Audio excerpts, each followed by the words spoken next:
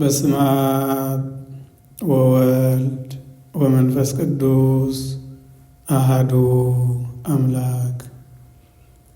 ክቡራንን ክቡራትን ክርስቶሳውያን ሕዝበ እግዚአብሔር ኣብ የማን ኣብ ጸጋም ኣብ ርሑቕ ኣብ ቀረባ ዘለኹም ሰላም እግዚአብሔር ይብጻሕኩም።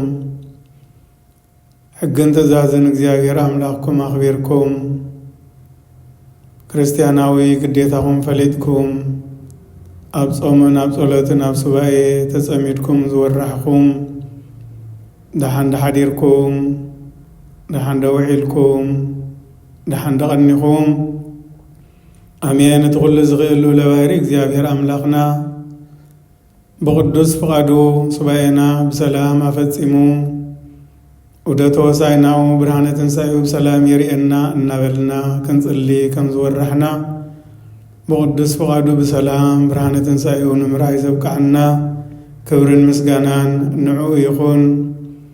ናይ ኣዴና ቅድስት ድንግል ማርያም ማላድነትን ጸሎትን ናይ ቅዱሳን መላእክት ሓለዋን ተራዳእነትን ናይ ነቢያት ሐዋርያት ጻድቃን ሰማዕታት በረኸትን ረድኤትን ኣይፈለየና። እንኳዕ ብሰላም ብሓጎስ ናብ ብርሃነ ትንሣኤው ኣብጽሓና። ክቡራንን ክቡራትን ሕዝበ እግዚአብሔር እንኳዕ ብሰላም ብሓጎስ ናብ ብርሃነ ትንሣኤው ኣብጽሓኩም ኣብጽሓና። ሕጂ እውን ዝመጽእ ወርሓት በረኸትን ጠልን ዝመልኦ ወርሓት ክራማት ይግበረልና። ኣብ ዓለም ብምልኡ ሰላምን ህዳትን ፍቕርን ቅሳነትን ጸጋን በረኸትን ይለግሰልና እግዚአብሔር አምላኽና። ክርስቶስ ተንሥአ እሙታን በዐቢይ ኃይል ወስልጣን አሰሮ ለሰይጣን አግዓዞ ለአዳም ሰላም እምይእዜሰ ይኩን ፍስሐ ወሰላም። እዚ ማለት ክርስቶስ ብዓብይ ኃይልን ስልጣንን ካብ ሞት ተንሥኡ ንሰይጣን አሲሩ ንአዳም ሓራ አውፂእዎ እዩ እሞ ካብ ሕጂ ሰላም ይኹን ወይ ከዓ ካብ ሕጂ ሰላም ኮይኑ እዩ ዝብል ዘሎ። ሰላም ይግበረልና እግዚአብሔር አምላክ። ትንሣኤ ብርሃን ለኩሉ ዓለም። በዚ መሰረት እምበር ትንሣኤ ክርስቶስ ንኩሉ ዓለም ብርሃንን ሓጎስን ሰላምን ቅሳነትን እዩ። ሰላምን ሓጎስን ብርሃንን ጸጋን ህዳትን በረኸትን ዘለዎ ዘመን ይግበረልና። ትንሣኤ ማለት እንታይ ማለት እዩ? ስለምንታይ? ትንሣኤ ማለት ቃል ብቃሉ ክንትርጉሞ ከለና ምትንሣእ ማለት ካብ ድቃስ ምብርባር እዩ። ወይ ከዓ ምትንሣእ ማለት ኮፍ ካብ ዝበልካዮ ደው ምባል ምትንሣእ ማለት እዩ።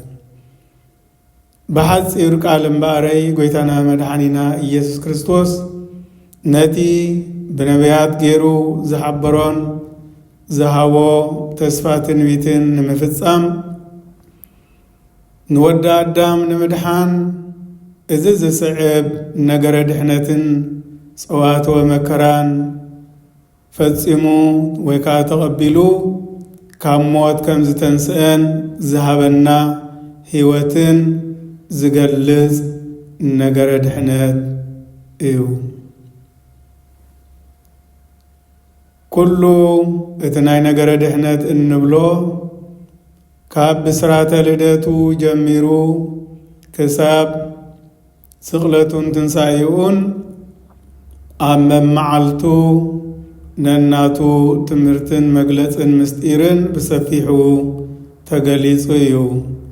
እቲ ነገረ ድሕነት እንብሎ ግን ክርስቶስ ተንሥኡ ክንብል ከለና ምጽእ ኢሉ ናብ ትንሣኤ ይኮነን ሓሊፉ በየን መጺኡ ናብኡ በጺሑ እንታይ ነገረ ድሕነት ጉዕዞ መከራ መስቀል አካይዱ حلف النابلنا كنرينا እግዚአብሔር ምስጢር ጥበቡ ይግለጽልና ልደት ወይ ቃል ለቢሰ ስጋ እትና አዳምን ሔዋንን ኣብ ኃጢአት ድሕሪ መውዳቆም ዝተዋህበ ቆፀራ ተስፋ ድሕነት 5 መዓልትን ፍረቓን ዝብል ዝነበረ ማለት 5500 ዓመት ምሳኸለ ጎይታና መድኃኒና ኢየሱስ ክርስቶስ ክብርን ምስጋናን ንዑ ይኹን ንድሕነትና ክብል ካብ ሰማያት ወሪዱ ካብ ቅድስት ድንግል ማርያም ተወልደ ማቴዎስ 2:1 ሕጊ ወንጌል አስተማረ ተአምራት ገበረ ሃብተ ውልድነት ዝህበና ጸጋ ጥምቀት እውን ሰርዓልና ማርቆስ 1:9 በቃልን በግብርን ክምህረና ድማ አብነቱ ከገድፈልና 40 መዓልትን 40 ለይትን ውን ጾመ ማቴዎስ 4:2 ለሕማማተ መስቀል ጎይታና መድኃኒና ኢየሱስ ክርስቶስ ብዙሕ ጽዋት ወመከራን 13 ሕማማተ መስቀልን ምእንታና ተቀበለ ማለት እሾህ አክሊል ኣብ ርእሱ ደፍእሉ ንላግፂ በትሪ መንግስቲ አትሒዞም ተነበይ ለነ እናበሉ ገረፍዎ ቀይሕ ክዳን ከደንዎ ወዘተ ማቴዎስ 27:27-31 ህዝበ እግዚአብሔር ምእንታይን ምእንታኹምን እምበር ስፍርን ቁፅርን ዘይብሉ ሓሳረ መከራ ተቀበለ ስቕለት ከምቲ አቀዲሙ ብትንቢት ዝተገልጸ ዕለቱን ሰዓቱን ምስ በጽሐን ምስ ኣኸለን ከዓ ንኽስቀል በገዛ ፍቃዱ መስቀሉ ጸይሩ ናብ ጎልጎታ ወይ ከዓ ቀራንዮ ዝበሃል ስፍራ ወፀ ዮሐንስ 19:17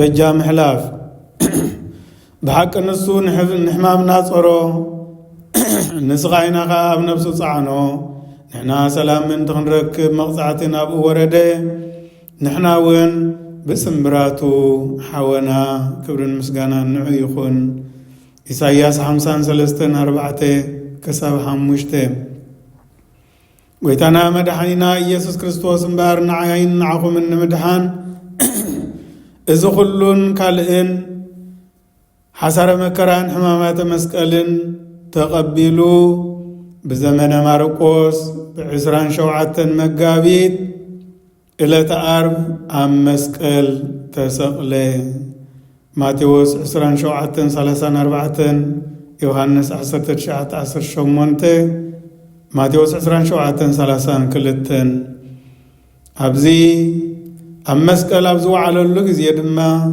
7 ኣጽርሃ መስቀል ገለጸ በአብነታውያን ቅዱሳን ቃላቱውን መሐረና ክብርን ምስጋናን ንዑ ይኹን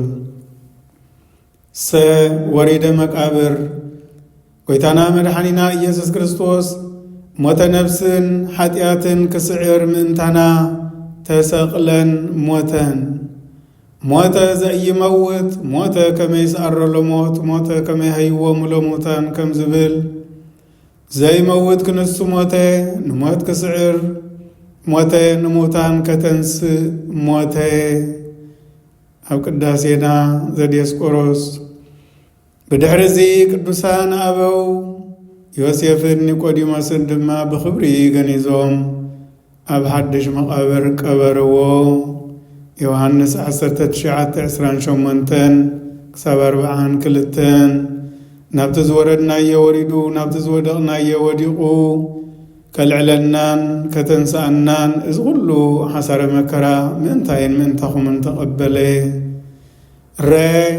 ኣብ ከርሰ መቃብር ጎይታና መድኃኒና ኢየሱስ ክርስቶስ ኣብ ከርሰ መቃብር 3 መዓልትን 3 ለይትን ገበረ ቅዱስ ቃሉ ኣመሳልስቲ ዕለት ተንሥአ እሙታን ወበአሃባሃለው ኣርዳኢሁ ጉቡኣን ወአስተርአዮም በጽርሐ ጽዮን ከም ዝብል ኣብ ቅዳሴና ቅዳሴ ዘዲስቆሮስ ድሕሪ 3 መዓልትን 3 ለይትን ድማ ብመለኮታዊ ስልጣኑ ተንሥአ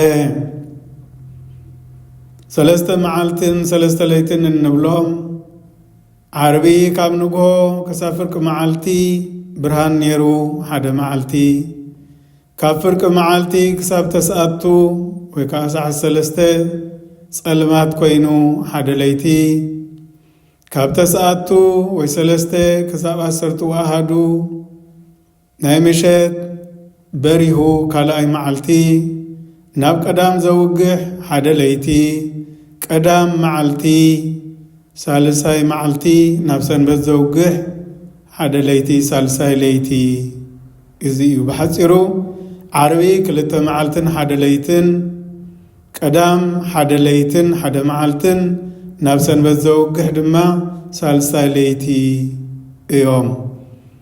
ማቴዎስ 27:45 ተመሳሰልቲ ዕለታትን ሰዓታትን ወይ ከዓ ተመሳሳልነት ልደትን ስቕለትን ትንሳኤን ብዝርዳእና ኣብነት ንምግላጽ ቀዳማይ ልደት መሰረት፣ ስቕለት ህንፃ፣ ትንሳኤ ጉልላት።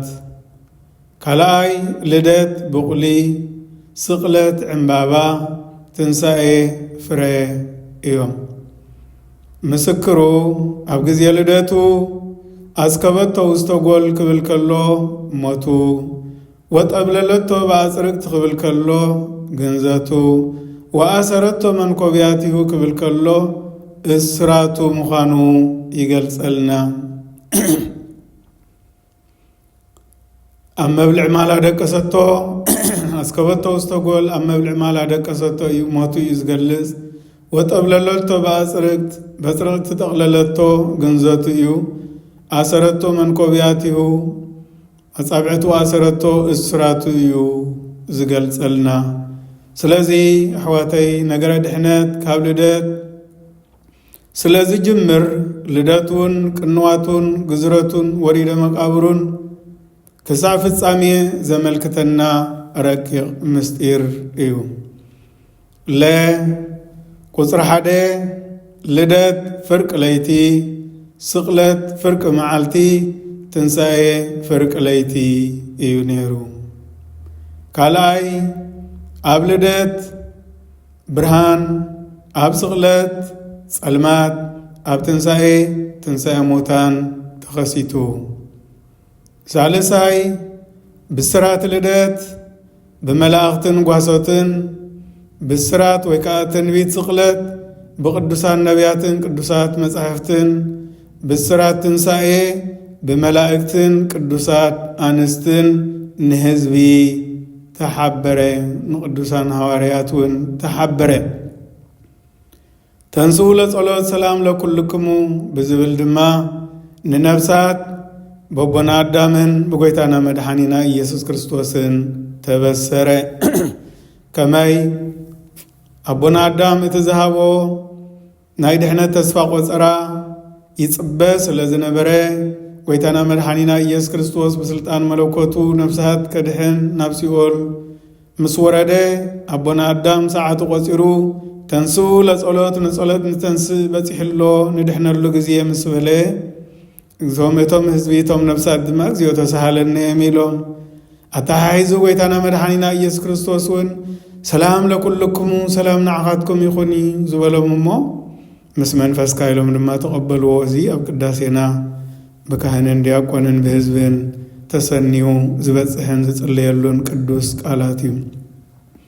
ራብዓይ ኣብ ልደት መላእኽትን ጓሶትን ብሓባር ዘሚሮም፣ ኣብ ስቕለት ወሃብቲ ብርሃናትን ቅዱሳን ሐዋርያትን ቅዱሳት አንስትን ብሓባር ሓዚኖም፣ ኣብ ትንሳኤ ቅዱሳን መላእክትን ቅዱሳት አንስትን ቅዱሳን ሐዋርያትን ትንሳኤኡ አበሲሮም።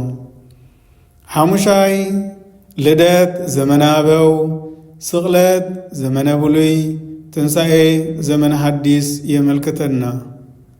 ሻድሻይ ልደት ህልውና ዓለም፣ ስቕለት ህልውና ገነት፣ ትንሳኤ ድማ ህልውና መንግሥተ ሰማያት የመልክተና። ስብሃት ለእግዚአብሔር በሰማያት ወሰላም በምድር ስምረቱ ለሰብ። ንእግዚአብሔር ኣብ ሰማያት ምስጋና ይኹን፣ ኣብ ምድሪ ድማ መንጎቶም እግዚአብሔር ዝሕጐሰሎም ፍቕርን ሰላምን ይኹን። እናበልና ብርሃን ትንሣኤው ዘርአየና ከነመስገን ይግባአና እግዚአብሔር አምላኽ ይኽበር ይመስገን። መጠቃለሊ ብሳልሳይ መዓልቲ ተንሥአ ኢልና አቀዲሙ ኣብ መዝሙሩ 68:1 ከም ዝገለጾ ይእዜ ትነሣ ኢብየ እግዚአብሔር ይእዜ ትነሣ ኢብየ እግዚአብሔር ርእሲ መድኃኒተ ዋግህድ ቦቱ በማለት ቅዱስ ቃሉ ብዝሓበሮ መሰረት ኩሉ ነገደ ርሕነት ፈጺሙ በስልጣን መለኮቱ ኣብ ሳልሳይ መዓልቲ ተንሥአ ወተንሣ እግዚአብሔር ከመ ዘንቃህ እምንዋም ወተንሣ እግዚአብሔር ከመ ዘንቃህ እምንዋም ወከመ ኃያል ወህዳገ ወይን ወቀተለ ጾሮ በድህሪሁ ክብል እውን ገለጾ መዝሙር 78:65 እዚ ማለት ሽዑ እግዚአብሔር ከምቲ ካብ ድቃሱ ዝትንስእ ሰብ ተንሥአ ንጸላእቱ እውን ሰዓሮም ይብል። ኣማን ብኣማን ተንሥአ እሙታን ብሓቂ ብስልጣን መለኮቱ ጐይታና መድኃኒና ኢየሱስ ክርስቶስ ትንሣኤ ነፍሲ ክህበና ትንሣኤን ሕይወትን ስለ ዝኾነ በኹሪ ትንሣኤ ኾይኑ ካብ ሙታን ተንሥአ ክብርን ምስጋናን እንዑ ይኹን። ትርጉም ትንሣኤን ረብሓታቱን ትንሣኤ ማለት ብትንሣኤ ጐይታና መድኃኒና ኢየሱስ ክርስቶስ ሕይወት ረኺብካ ካብ ምድራዊ ሕይወት ናብ ሰማያዊ ሕይወት ምስጋር ካብ ውሱን ህልውና ዓለም ናብ ነባሪ ሰማያዊ ዘለዓለማዊ ዓለም ምሕላፍ ካብ ሰብኣዊ ባህሪ ናብ መልኣኻዊ ባህሪ ምልዋጥ ወይ ከዓ ምሕላፍ ማለት እዩ። ቀዳማይ ቆሮንቶስ 15:52-55 ሽዑ እዚ ምስ ኮነ እቲ በራሲ ዘይምብራስ እቲ ሞዋቲ ዘይምሟት ክለብስ ይግባእ እዩ። ሽዑ ሞት ብዓወት ምስ ተዋሕጠ ሞት ሓጢአት ብትንሣኤ ክርስቶስ ይሰዓር ወይ ከዓ ይድምሰስ። ክብርን ምስጋናን ንዑ ይኹን። ቀዳማይ ቆሮንቶስ 15:53-55 ውፅኢት ትንሣኤ ፍረ ሰላም እዩ። ውፅኢት ትንሣኤ ፍረ ሰላም እዩ። ነቲ ኣብ መንጎ ደቂ ሰብን እግዚአብሔርን ደው ኢሉ ዝነበረ ፍረ ኃጢአት ዝኾነ ሞት ብሰብነቱ ኣፍሪሱ ሰላም ገበረ። ንኣዳም ንዘርኡን ድማ ምስ ገዛእ ርእሱ ዓረቆም።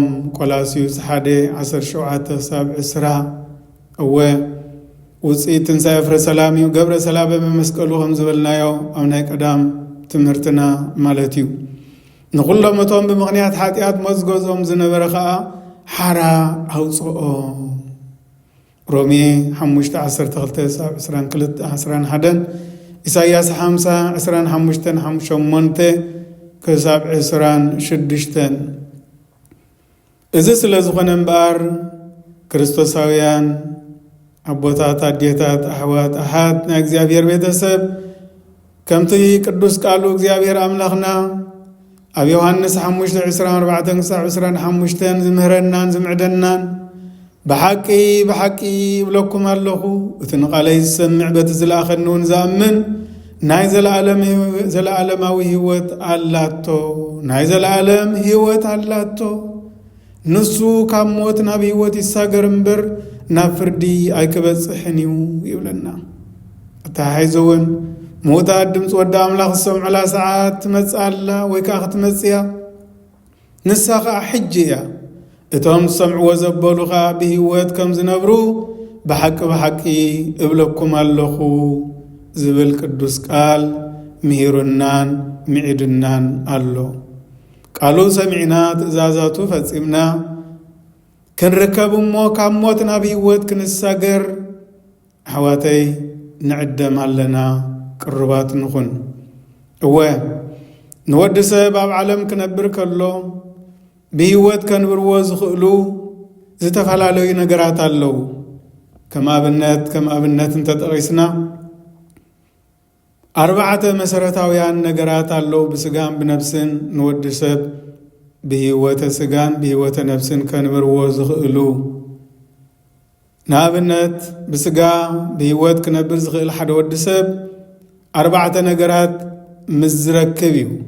እኽሊ፣ ማይ ክዳን መዕቆቢ ወይ ከዓ መንበሪ ቤት ብዘይ እኽልን ማይን ክዳንን መዕቆብን ሓደ ወዲ ሰብ ክነብር ኣይክእልን እዩ ብነፍሲ ድማ መሰረታውያን ዝኾኑ ሰለስተ ነገራት የድልይዎ ንሓደ ሰብ እሳቶም ከዓ ሃይማኖት ጾም ጸሎት ቁርባን እዮም ብዘይ እዚኦም ሓደ ሰብ ሃይማኖታዊ ክርስቲያን ናይ እግዚአብሔር ፍጡር ድሕሪ ህይወተ ስጋ ህይወተ ነፍሲ ለኒ ኣብ መንግሥተ ሰማያት ክነብር ተስፋ ኣለኒ ክብል ኣይኽእልን እዩ ስለዚ ነዞም መሰረታውያን ነገራት እዚኦም ኣማሊእና ኢና ነቲ ኩሉ እንጽበዮ ካብ እግዚአብሔር ኣምላኽና ብስጋ ይኹን ብነፍሲ እንረኽቦ እሞ ነዚኦም እናሓለና ኣብዚ በፂሕና እንሆ ድማ ብርሃን ትንሣኤው ርኢና እግዚአብሔር ኣምላኽና በትንሣኤው ትንሣኤ ነፍሲ ያዓድለና ስለዚ ክቡራንን ክቡራትን ህዝበ እግዚአብሔር በዚ ቅዱስ መዓልቲ ኣማን በኣማን ተንሣእ እሙነ ሙታን ትንሣኤ ከለላ ኣመነ ብርሃነከ ፈኑ ዲቤነ ኣማን በኣማን ብሓቂ ብሓቂ ጎይታና መድኃኒና ኢየሱስ ክርስቶስ ተንሥኡ ትንሣኤኻ ንዝኣመና ድማ ብርሃን ካልኣኸልና እናበልና ብቅዱስ ቃል እናዘመርና እግዚአብሔር ኣምላኽና እናመስገና በቃል ቅዱስ ፈጣሪና ተመሪሕና ናብ ዘላለማዊ ህይወት ንምስጋር ድልዋት ክንከውን ናይ እግዚአብሔር ኣምላኽ በረኸት ጸጋ ረድኤት ተኻፈልቲ ክንከውን እግዚአብሔር ኣምላኽ ቅዱስ ፍቃዱ ይኹነልና እዚ ሁሉ ክንፍጽም ድማ ናይ እግዚአብሔር ኣምላኽ መልእኽተኛ ዝኾነት ቅድስት ቤተ ክርስቲያን ሓደራኣ ተመሓላልፈልና ኣላ ሰማዕናዮ ቅዱስ ቃላት ንምጽናዕ ዘጽናዕናዮ ንምትግባር መንፈሳዊ ኣእምሮን ሓይልን ጽንዓትን ያዓድለና ብሩኽ ኣውደ ዓመት ይግበረልና በረኸትን ጠልን ዘለዎ ወርሓት ክራማት የምጻልና ወርሓት ክራማቱ ብሰላም አሰጋጊሩ ብርሃነ መስቀሉ ንምርኣይ ድማ እግዚአብሔር ኣምላኽ ቅዱስ ፍቃዱ ይኹነልና ተባረኸ ተቀደሰ ኣውደ ዓመት ይግበረልና ዝመጽእ ዓመት ብሰላም ብሓጎስ በሓድነት ወሳነት የሰጋግረና ስለቲ ኩሉ ዝሃበና ጸጋን በረኸትን እግዚአብሔር ኣምላኽና ይኽበር ይመስገን ስብሃት ለእግዚአብሔር ልዑል ወለወላዲቱ ድንግል ወለመስቀሉ ክቡር ይትአኮት ወይሰባህ ስሙ ለእግዚአብሔር አምላክነ ወትረ በኩሉ ጊዜ ወኩሉ ሰዓት ስብሃት ለእግዚአብሔር ኪያነ ዘፈጠረ ከመ ናምልኮ ስብሃት ለማርያም እመ አምላክ እግዝእትነ ወመድኃኒትነ ስብሃት ለመስቀለ ኢየሱስ ክርስቶስ ኃይልነ ወፀወነነ አሜን።